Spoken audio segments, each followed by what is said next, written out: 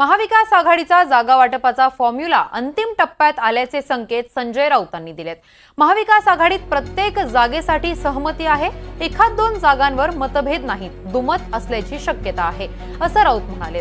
तर जिंकेल त्याची जागा हेच महाविकास आघाडीचं सूत्र असल्याचं राऊतांनी सांगितलंय।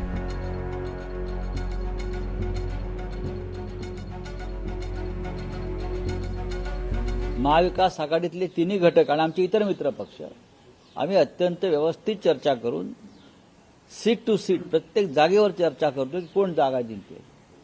आता इतक्या मोठ्या राज्यामध्ये आघाडीमध्ये एखाद दुसऱ्या जागेवरून मतभेद नाही तर दुमत असू शकतं।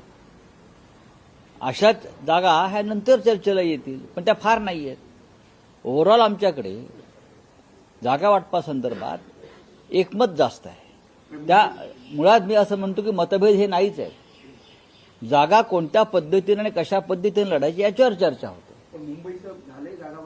होईल ना, मुंबईत काय एवढं कठीण आहे?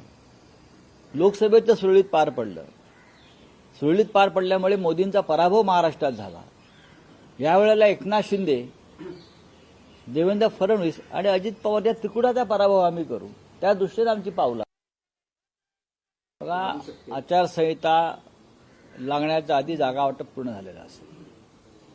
आमच्यासाठी जागा वाटप ही अडचण नाही। स्वतः माननीय शरद पवार साहेब असतील, माननीय उद्धव ठाकरेजी असतील, नाना पटोलेजी किंवा त्यांच्यावरचे दिल्लीतला हायकमांड आहे, हे प्रत्येक जण जागा वाटपामध्ये अत्यंत संयमानं आपल्या भूमिका बजावत आहे। सूत्र काय असेल? समसमान जागा वाटप?